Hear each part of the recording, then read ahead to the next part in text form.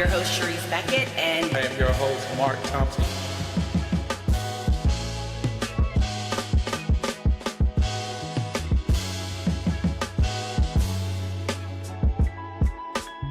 how are you?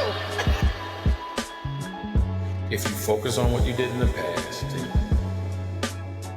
To lead, transform, and shine. this is a great collaboration. Career Transformation Academy and Queens behind the scenes. Mark Thompson, Charise Beckett, about to tear it up. Welcome back to Corporately Speaking. I'm Charise Beckett, and today's conversation is one of those that lives beneath the surface of corporate life. Who are you? That part, I was like, am I a part of the show today? Okay.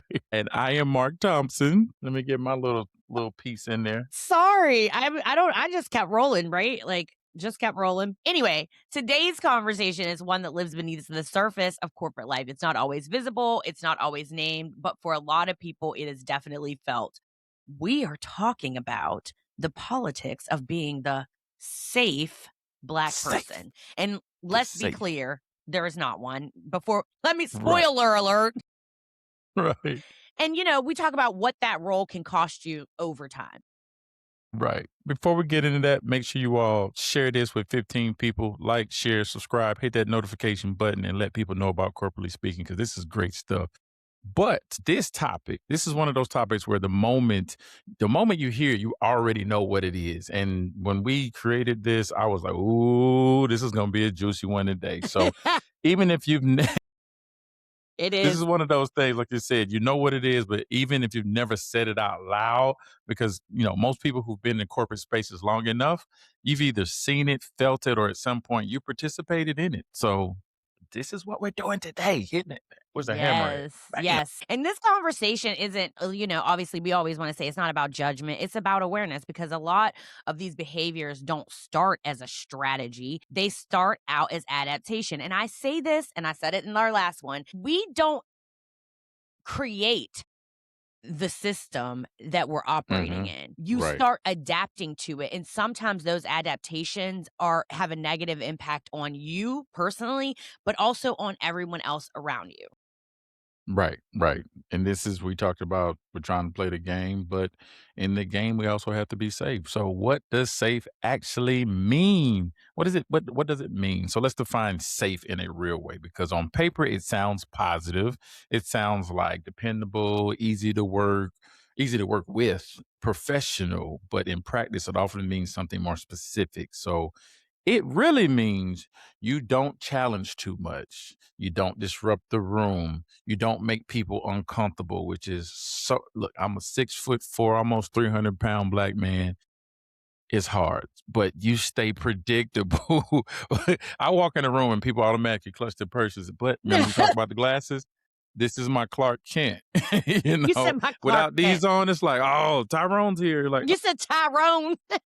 It's Mark. Oh, there's Mark. Oh, he's good. He's one of the good ones. And don't you hate that? And let's be clear, there's nothing wrong with being professional, thoughtful, or collaborative, but this goes beyond that. This is about self-regulation to the point is self-reduction. Exactly. And this is one of the things that makes it political. It's the definition of safe. It isn't neutral. It's shaped by the environment. Yeah. Yeah, and most corporate environments weren't built with a wide range of expression in mind. So what gets labeled as safe is often what feels familiar to the dominant culture. And I will also say this before we move on and how it starts. I will also say this. This is why I don't acquiesce to when people that word professionalism.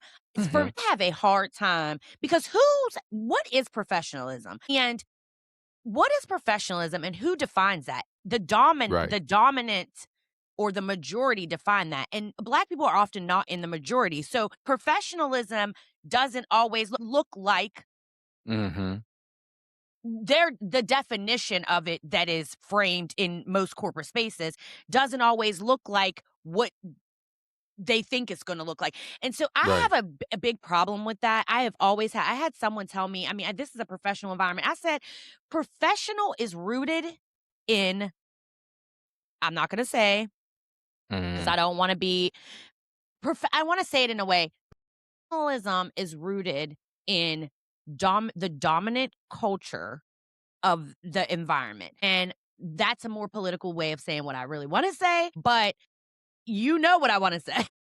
I mean, well, you like you said, you went back to the industrial times of the creation of corporate America. I did. I It did. was painted. It's painted in that same. White male There we go. industrial led. So Right. professionalism is framed in a way that excludes a lot of unrepresented cultures. And I think that that is something to be said Hmm.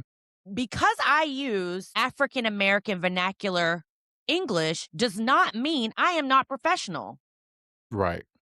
That Right. does not mean I am not professional. And guess what? I'm going to continue to use it. So that doesn't mean that. So I just want to be clear that even acquiescing to whatever that definition of professionalism is, that a lot of Black people think that they are actually being safe by doing that, it's bullshit. I think it's total utter bullshit. So anyway, get going on how it starts. I hate to go on a No, no, tangent like I want that. no, you're no tangent at all because what you said was important because it also makes people hide their Authenticity, authenticity. which actually So, shrinks your gifts. That's the thing is right, like you right, end up hiding your authentic, genuine self, which in essence shrinks yourself.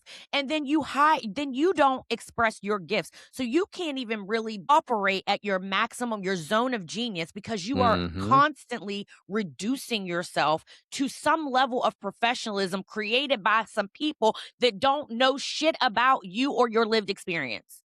right. Zone of genius is important. I think everybody may feel some of that, but what we're particularly saying is, people of color could basically have to hide this stuff, and we have to be the safe person. So let's talk about how it starts. Like it's important to say that it doesn't start with someone saying, "I'm going to become the safe person." That's not it No, at all. yeah, it doesn't start like that.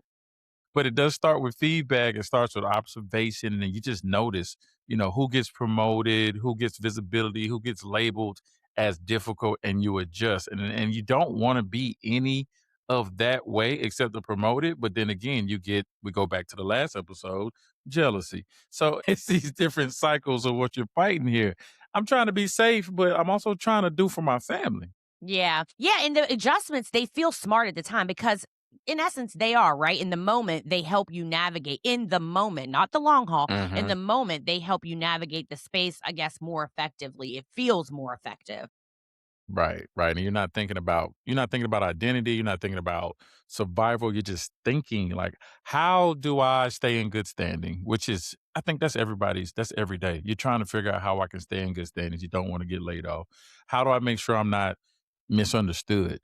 That's a tough one. I wanna say for people who don't understand cultures or don't care to understand cultures, I know you're a black person, but I only know what I've seen on TV. I know you may be from an Asian community. I know you may be from an Indian community or Hispanic, Latin community.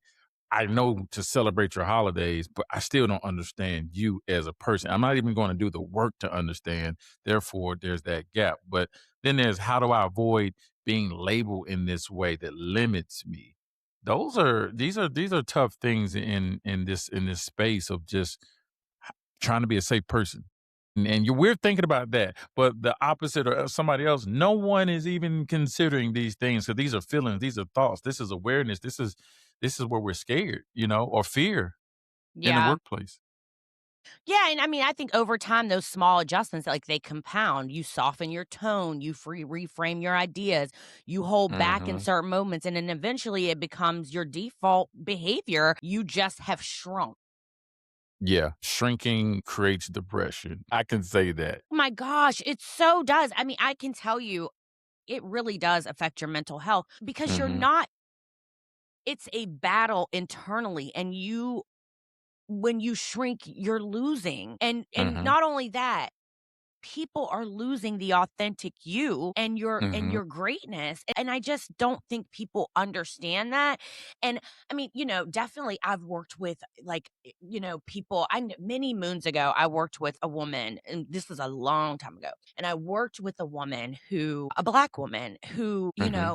I remember being a younger professional and I was like, oh my gosh, she's like, she's getting promoted and people seem to but let me tell you something. You could tell after a while and after I started getting more hip to the game, I could tell that she had a battle internally, like, "This is not even who I am. I am over Mm. here just shucking and jiving to be a part of this," and you could tell it was starting to take real it had a real impact on her life. She ended up having a nervous breakdown. You know what? This is probably some advice we're gonna start telling people, and I think this is something to do. You know, we talked about getting sponsors and talking about getting mentors to help elevate your career. I'm gonna tell people right now, if you see or feel some of these things that we're talking about, start using your company's EAP therapy and coaching day one, month one, first quarter.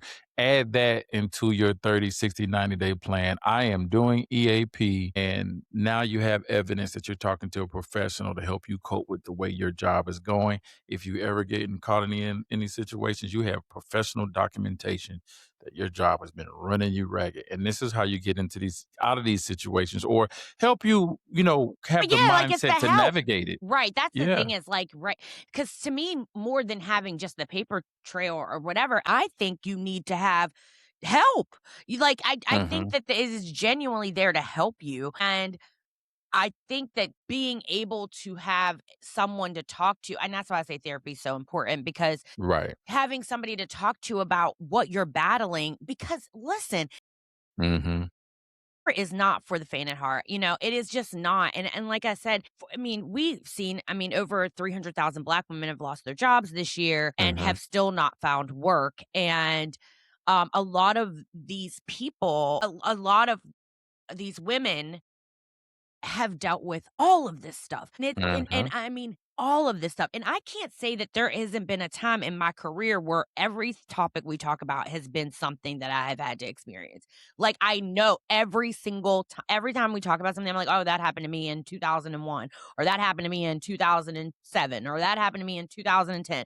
You know what I mean? Like I can remember these things and they do stay with you for such a long time. And if you aren't getting professional help, you do start to kinda lose part of yourself and Right. lose your damn mind. You're right. You're And right. it You're right. really does have an effect on you. I talked to a woman the other day, and this is how beaten down this lady was. This was a woman, I don't work with her, she was connected with to me by somebody else, just like to give her, "Hey, you're doing really well. Mm. Why don't I would love to connect you guys to give her she's been out of work for a while and she just might need to talk to somebody to have some positive impact." And so I'm talking to this woman and you can tell the trauma. Number one, you can tell the trauma as soon as she jumps on the phone. This is a Mm. Black woman. Not only that, you can tell the trauma just by the responses. So I said, "Hey, why don't you send me your resume and I can connect you with some people in my network." But before I said that, I said, "Hey, just send me your resume. Can you send me your resume?" She was like, "Oh, and you're just gonna, like, forward it on like, you're not gonna you just want my resume so you can, Mm. connect me to people on LinkedIn." Like, she had been so traumatized, she couldn't imagine me doing something nice for her. I said, Right. "No, I'm gonna look at it, I'm gonna give you feedback, and then I'm gonna see if there's anybody in my network that could get value out of your expertise." And she was like, that to her meant the world. Mm. And you could tell she had been so beaten down that she could not believe I was actually going to do something nice. Right. Right. So that's how I know this stuff has an impact because you talk to real people, and this is that's the trauma. Listen, professional trauma is a thing. I don't give a damn what nobody says. It's a thing. Yes, people go, "Oh yeah, it's just your job," and it is. And I do believe that you need a Mhm. separate life from your job, but it doesn't mean that the shit that happens on your job is not going to affect you mentally. Period. It's interactions with human beings. Exactly. Exactly. Going back to what you said, because it becomes the default and you get into this mindset and behavior, that's the tricky part. You start getting rewarded for acting weird and you're not being in your space. So people trust you, they include you, and they say you're doing great work and you just don't feel comfortable. So, there's no immediate signal that anything is off. So you just now in this space where I've become something that I know I'm not comfortable with. I'm stressed out, but then somebody says, "Oh, great job." And you're like, "I gotta be weird to get this promotion?" Gotta be weird to get praise. I gotta be weird to get Right. recognition. I gotta be outside of myself to even get recognized. Mhm. Right. And there is a hidden cost. And we Mhm. talked a little bit about that, right? There's something happening under the surface because even though it's working externally, internally, there's a different experience.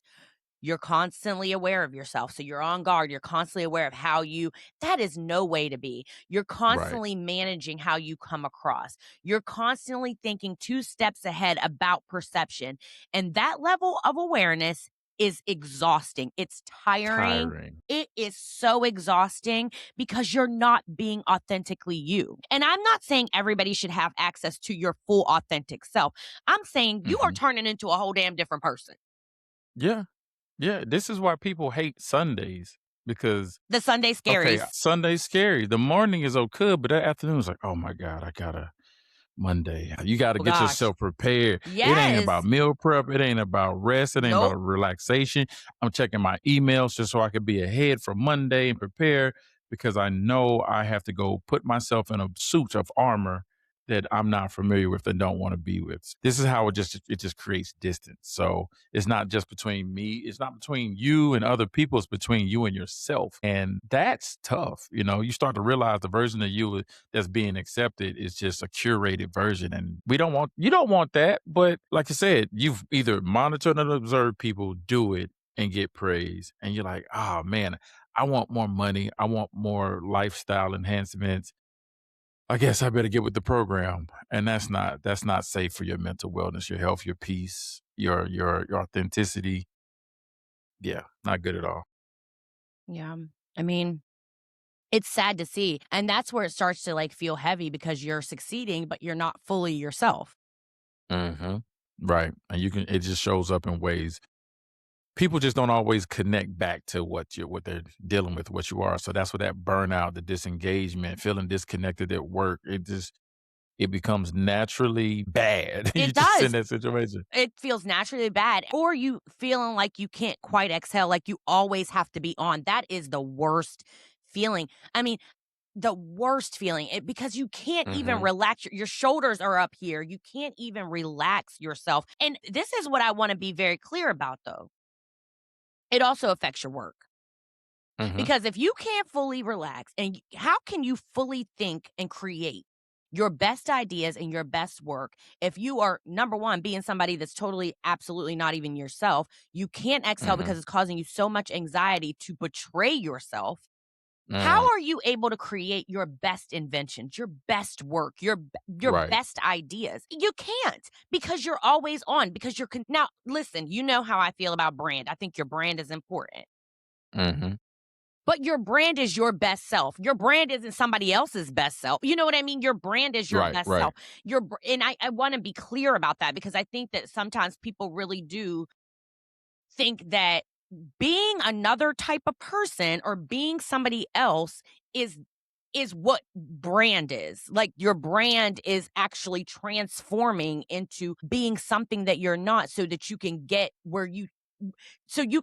climb the, you know, invisible ladder, Mhm. that your brand is like a totally different person than who you are. No, your brand is the best you. And you can't be the best you if you busy being the best somebody else. Right, and you can't protect that best somebody else, you know, Well, yeah, because now because you you look don't like know you them. look yeah, you look like a liar after that. You're like, "No, that wasn't me, this is the real." No, we got caught up. We don't know the real you because you showed us this person. That person is full of pain, and like I said, not good work, doing, you know, doing whatever it is that takes. And some people succeed at being butt kissers. We talked about that before. I mean, Pure but booty. pure beauty, pure, raw, uncut, You said they all kiss it pure booty. pure, pure, straight from Colombia. But let's talk about the social dynamic because there's another layer to this that I think is important. So, being the safe person doesn't just affect how leadership sees you; it also affects how your peers see you. Say that. Say that. Because sometimes it's like the safe positioning can create, distance in your own community. People perceive you as aligned with the system, and you hate that. We talked about a little bit about that before as well. We don't want people to look at us like, oh yeah, he's a part of the Yeah, whole, people you that know, you're the machine. You're a Yeah, part of the you one of machine. them. People will label you as an overseer. They'll label you, and this is stuff. Some people in other communities don't understand. When we say overseer, we know what that means. Yes. You're a snitch, or you kiss butt all the time. People don't like that. You're a yes man. These are these terminologies of like, yeah, how did you fall into that? Because it might not be your intention because you're just trying to do for you, but from the outside, your peers are like, yeah, you one of them. You don't Well, care and about us. that's where it gets really complex, right? Because now you're navigating 2 Hmm. dynamics, how you're perceived by leadership and how you're perceived by your peers, and we all of us have to deal with that in some capacity, but that creates even more internal, you know, Right. And collision. yeah. No, no, I'm like when you're never fully in control at No, all. yeah, because 'cause you're constantly, like, adjusting. That cannot be relaxing, I Mhm. gotta say, that's, like, awful. Because 'cause you're constantly, like, adjusting, trying to stay balanced, trying to stay understood, trying not to be misread by either Mhm. side, either way. So, I didn't move into, like, the leadership responsibility here. And this is where Mm. organizations and leaders have to take accountability because if the only version of someone that feels comfortable in your environment is the version where they are highly filtered, the version where they have to become a completely different person, then the issue is not just the individual, it's the culture. It's the culture. Right. Right, and we're serious about inclusion. And if we're serious about inclusion, we have to expand what's considered acceptable. I think we need to start a leadership conference. I We know. should create one. We really should. That would be great. Yeah, I just thought of it. It just hit me when I was thinking about it. That Yeah, would be great. let's Yeah, do it. yeah. I mean, yeah, because like you said, if we are serious about inclusion, the expansion of what's considered acceptable, and I'm using quotes because I mean, again, Mhm. I think it's bullshit. Like different communication styles. Like I said, I am going to always be using African American vernacular English. That Right. is, I mean, I'm just not going to change that. We need to, be inclusive of different ways of expressing ideas, different ways of showing up.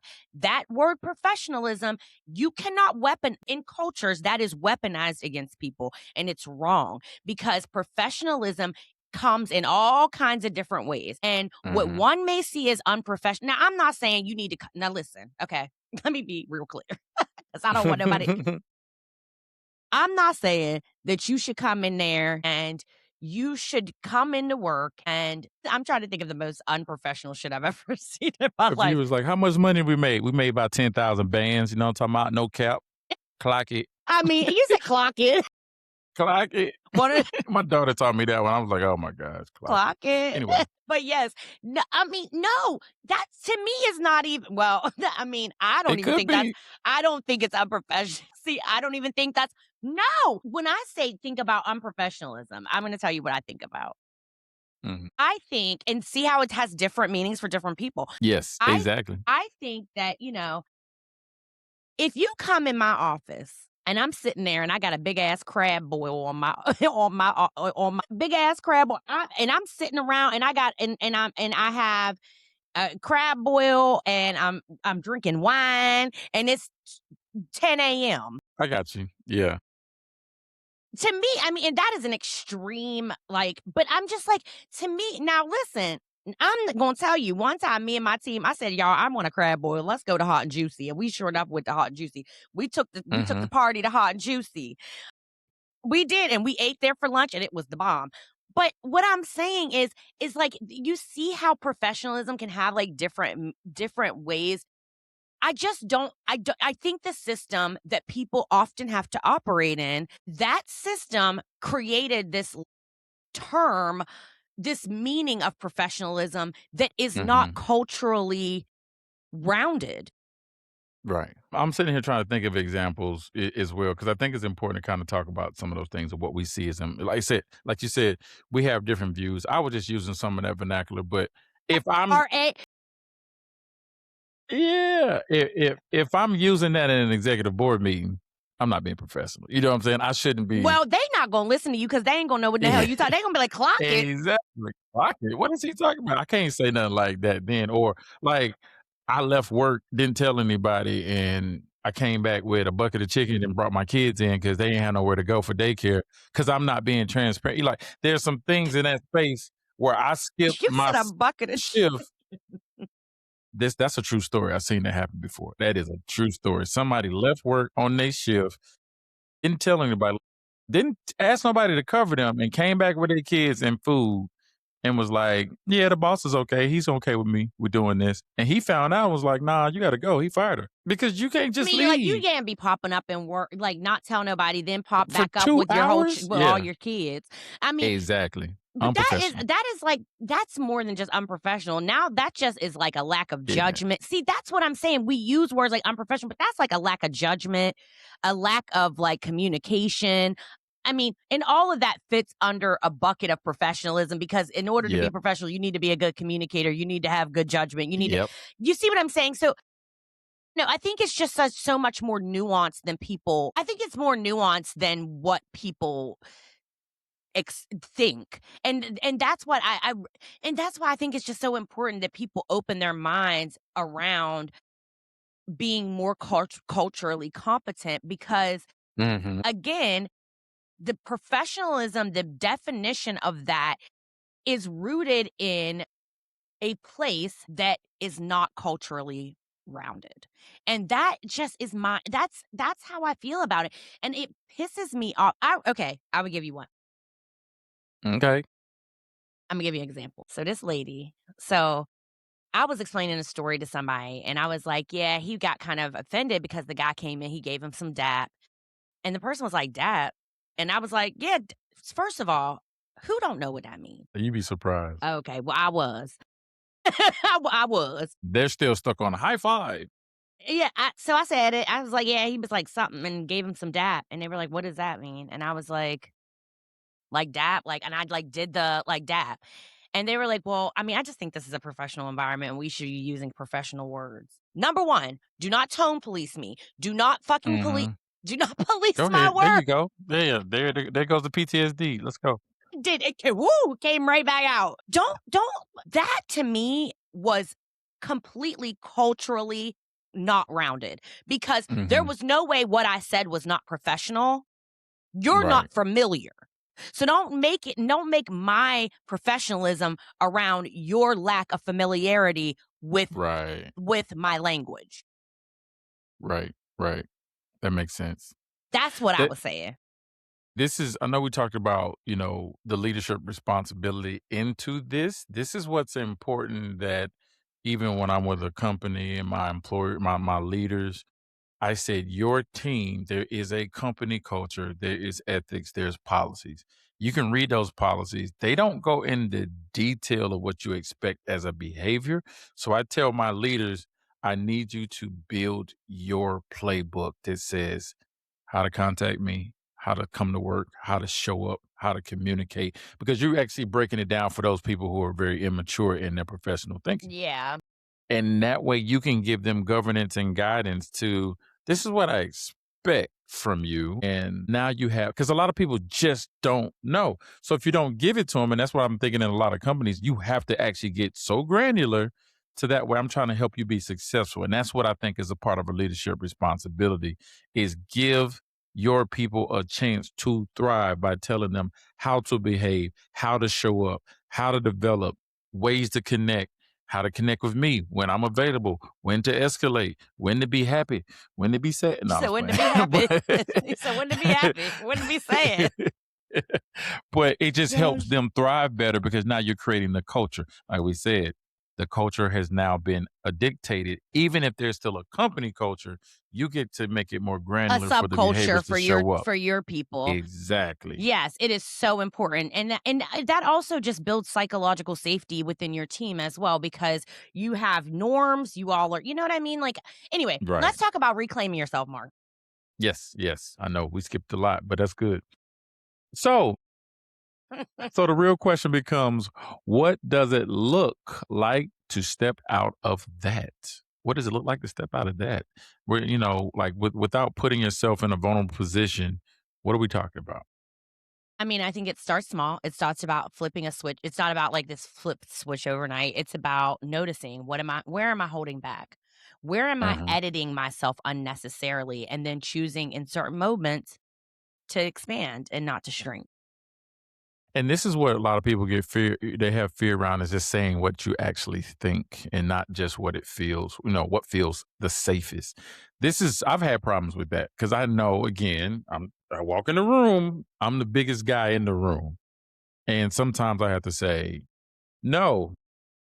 What I also want to say is that's stupid. Well, you can't say that. Yeah, I can't say that, but I have to articulate it in a way. And that's again how to read the room is like, well, let me ask a question because we did this, but this doesn't connect to what we did in the past. How are we going to achieve success if we're not connecting the dots? That's me saying that. That's also the graceful way of me saying, we already did this, and this is stupid to move forward with something else if you don't connect.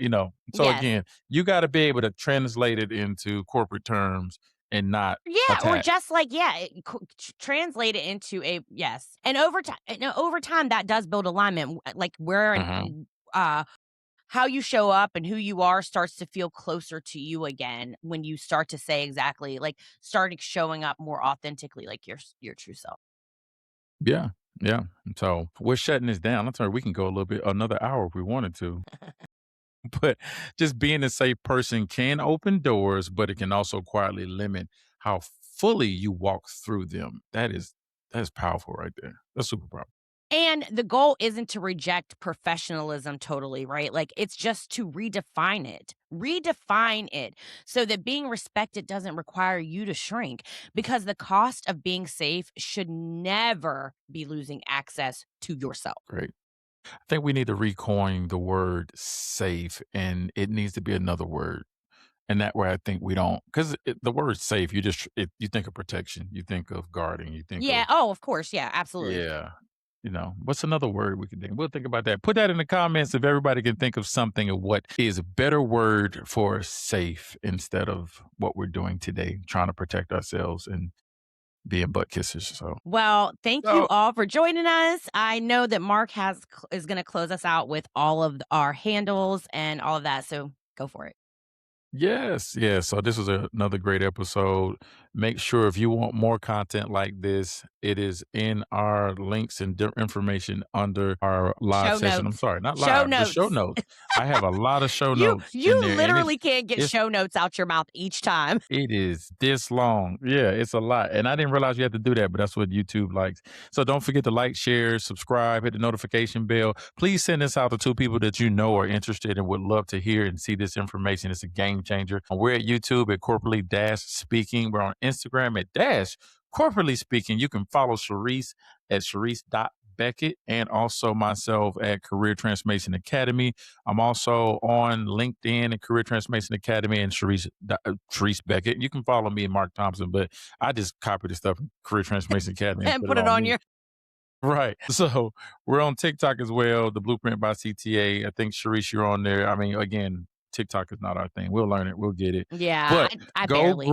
go grab the book Poise, Sharice Beckett, the author, have-poise.com. It's on Amazon too, right? It's on Amazon. Yes, you can go It's to on Amazon. because the link for on my website goes straight to Amazon anyway. But yeah, it's on Okay. Amazon and the workbook is on Amazon as well. And the workbook. Go get the workbook too, especially for women of color. There's a lot of great things in there for everybody. It's a great book. It's a Go read great it, book. catch up.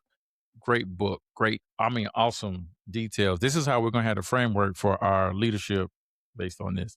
Yeah, I Yeah. love it. Yeah, we could do that. So also go to www.ctagpscareer.com if you want 24/7 career coaching. You can get 7 AI coaches right now that'll help you with salary negotiation, LinkedIn optimization, interview prep. If you want to go to IT and switch your careers, need a lead strategist, I have it for you right today, just $1 a day. That's it. $1 a day, 24/7. Join, or you can join the Skool community for CTA as well. We got a lot of things going on. We're trying to get this thing out to you all, share this information and knowledge so you can be well informed and how to navigate your career successfully. So thank you all. Thanks, guys. We're out. Peace.